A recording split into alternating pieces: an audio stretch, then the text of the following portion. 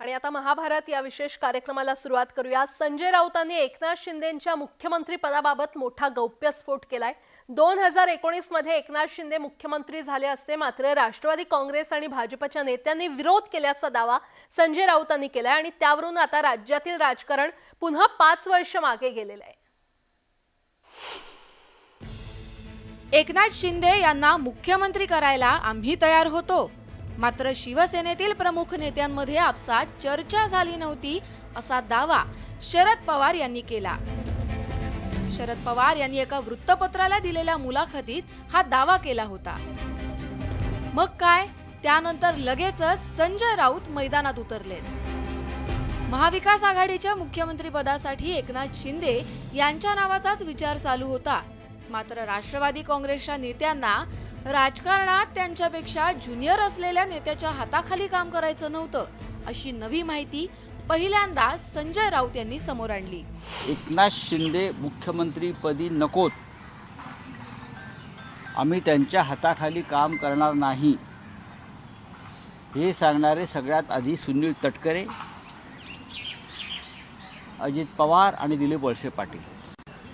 आम्ही सिनियर आहोत, आम्ही ज्युनियर माणसाच्या हाताखाली काम करणार नाही। संजय राऊतांची गौप्यस्फोटाची मालिका इथेच थांबली नाही, तर अडीच वर्ष मुख्यमंत्रीपद वाटून घेण्याबाबत दिल्लीचा निर्णय काय होईल हे आम्हाला माहिती नाही, परंतु आम्हाला मुख्यमंत्रीपदी एकनाथ शिंदे चालणार नाहीत अशी भूमिका भाजपच्या नेत्यांनी घेतल्याचंही संजय राऊतांनी सांगितलं।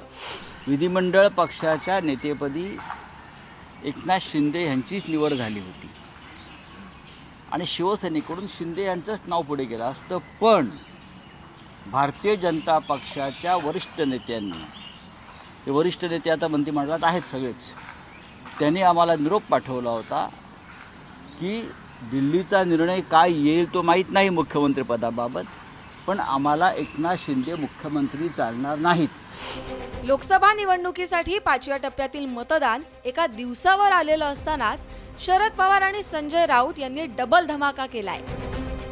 प्रचाराच्या तोफा थंडावल्यानंतर दोन्ही नेत्यांनी टायमिंग साधत सत्ताधाऱ्यांच्या छावणीत हल्लकल्लोळ उडवून दिला। त्यामुळे सत्ताधाऱ्यांनीही विरोधकांनी केलेले गौप्यस्फोट, दावे आणि प्रतिदावे तितक्याच चपळाईने उडवून लावलेत। संजय राऊत वेगवेगळी खोटी विधानं करण्याचा प्रयत्न करत आहेत, पण संजय राऊतांच्या विधानांकडे आता महाराष्ट्राची लोक करमणूक म्हणून सुद्धा बघत नाहीयेत। शब्द बापुडे केवळ वारा अशी संजय राऊतांच्या विधानांची स्थिती आहे। उद्याच्या मतदानानंतर महायुती महाराष्ट्रात 45 पार हे 100% सत्य आहे। भाजपचा आणि अजितदादांचा विरोध करण्याचा प्रश्नच येत नाही। मुळात विरोध संजय राऊतांचा होता। संजय राऊतांनीच अख्खी शिवसेना फोडली आणि आज ते शिवसेना संपवायला निघालेत आणि त्यांनी असं भाष्य करणं म्हणजे आगीत तेल टाकण्याचा प्रकार आहे। 4 जूनपर्यंत या लोकांना काही धंदा राहिलेला नाही, त्यामुळे संभ्रम निर्माण करणारी वक्तव्य सातत्यानं तुतारी गट असेल किंवा उबाठा गट असेल यांना राहिलेला आहे। शरद पवार आणि संजय राऊत यांनी 13 लोकसभा मतदारसंघात होणाऱ्या मतदानाच्या पार्श्वभूमीवर सत्ताधाऱ्यांच्या आघाडीचे 3 तेरा वाजवण्यासाठी राजकीय वक्तव्य केल्याची शक्यता नाकारता येत नाही। एकनाथ शिंदेंचा वकूफ नाही, त्यांचा अनुभव कमी आहे अशी कारणं भाजपने दिली होती असा दावा संजय राऊतांनी केला। एकंदरीतच 2019 मध्ये झालेल्या विधानसभा निवडणुकीच्या निकालानंतर घडलेल्या अनाकलनीय राजकीय घडामोडी राज्यातील मतदारांना अवाक करणाऱ्या होत्या, मात्र आता 5 वर्षांनंतरही 2019 मधील राजकीय घडामोडींबाबतचे गौप्यस्फोट आणि वक्तव्य काही थांबताना दिसत नाहीत। Bureau report, news 18 Lokmat.